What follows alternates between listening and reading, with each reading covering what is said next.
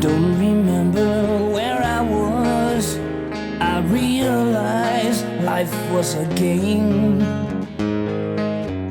More serious. First of all, this is your not the first time here in Romania. Any memories from the other concerts? Just mainly the one last year with the huge crowd and the outdoor festival. It was awesome. So it was a really good time. I know that some of you guys walk around in Bucharest. I saw some pictures. We went and saw Vlad last night. We visited Vlad. He didn't impel either of us. He was kind of mad at Shawn, but to us physically.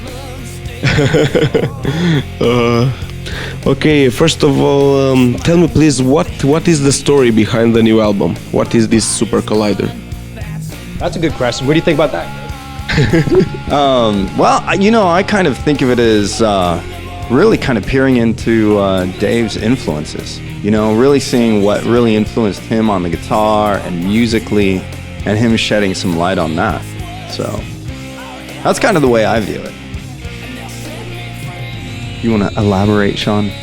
Do you think that Super Collider is the album that will bring you the first Grammy? I know that you have 11... We don't care about that. I mean, it would be nice to have one, but that's not a concern really at all, So.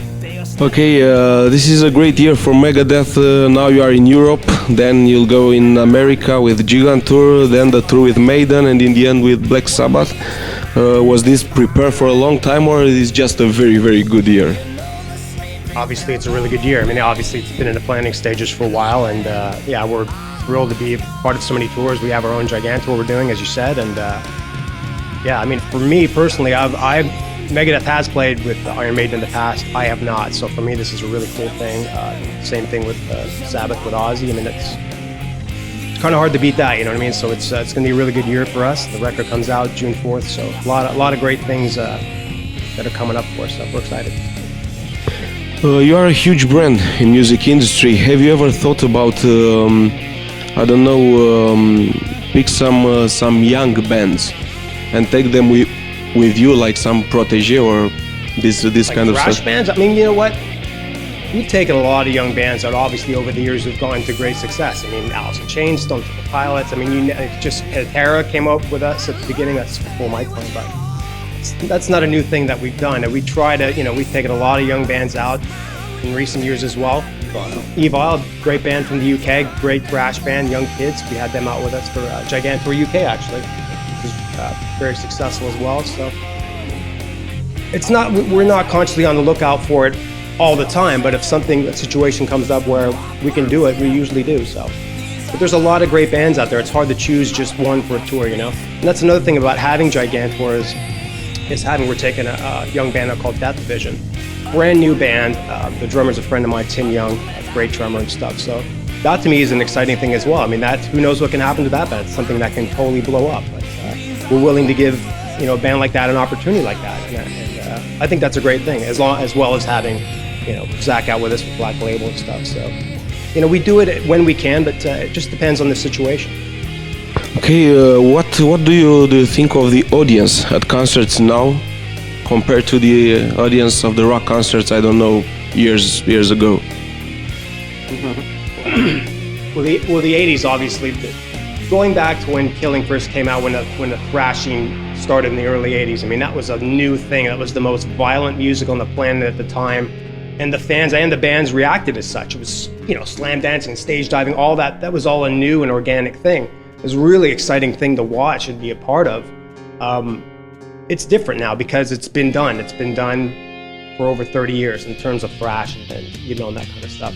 Music has gotten heavier. Subgenres of metal are now gotten heavier, and I don't think the shows have gotten any more.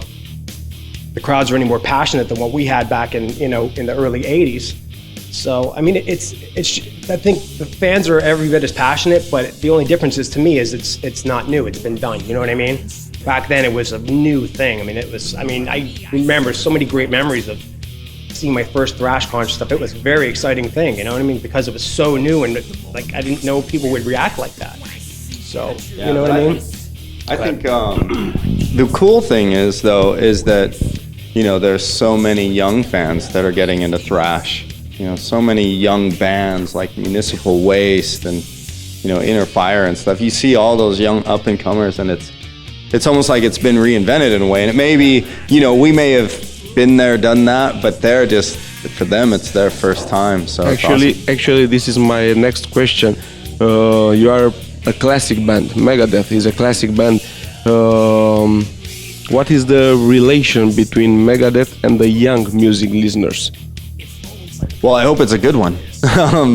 We can't really speak to that end. We see a lot of younger crowds coming to our shows, but the relationship is really determined by our fans in the end, and it's not necessarily that we have a beat or a pulse on that. We just hope that it's a good one, but we tend to see a lot of young fans coming to our shows, so I think it's a good one. What about you? The fact that we're in the making. Obviously, Big Four has rubbed off on younger thrash bands. That goes without saying, as well as, of course, Exodus, Testament. It just goes on and on and on. A lot of the younger bands were influenced by all those bands, and that's a great thing. The fact that you can have a younger generation of kids doing their interpretation of thrash based upon what those bands did 30 years ago, I think that's a pretty cool thing. Tell me, how are you getting along with this new era of internet, when music is on huge scale stolen? Are you trying to adapt to the situation, or do you still like the old school way? The CDs and, the full albums? I'm old school, certainly. Obviously, with the internet, there's benefits with the technology that we have. Is good or bad? I think it's both.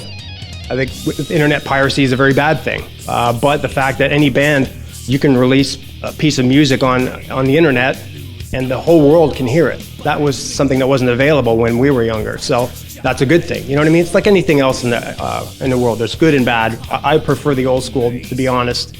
Going out and physically buying the cassette or the vinyl or the what became CDs and stuff. That was an exciting thing for me when I was younger. Going out and buying, here's the new Iron Maiden album, or here's the new Priest album, or whatever it was. Going back home and you're reading all the lyrics and all the credits, and just can't wait till you pop that on the CD player when you get home. That was an exciting thing for me. So that's kind of a lost thing, and I think that's kind of a drag. But like I said, there are great things about the internet as well.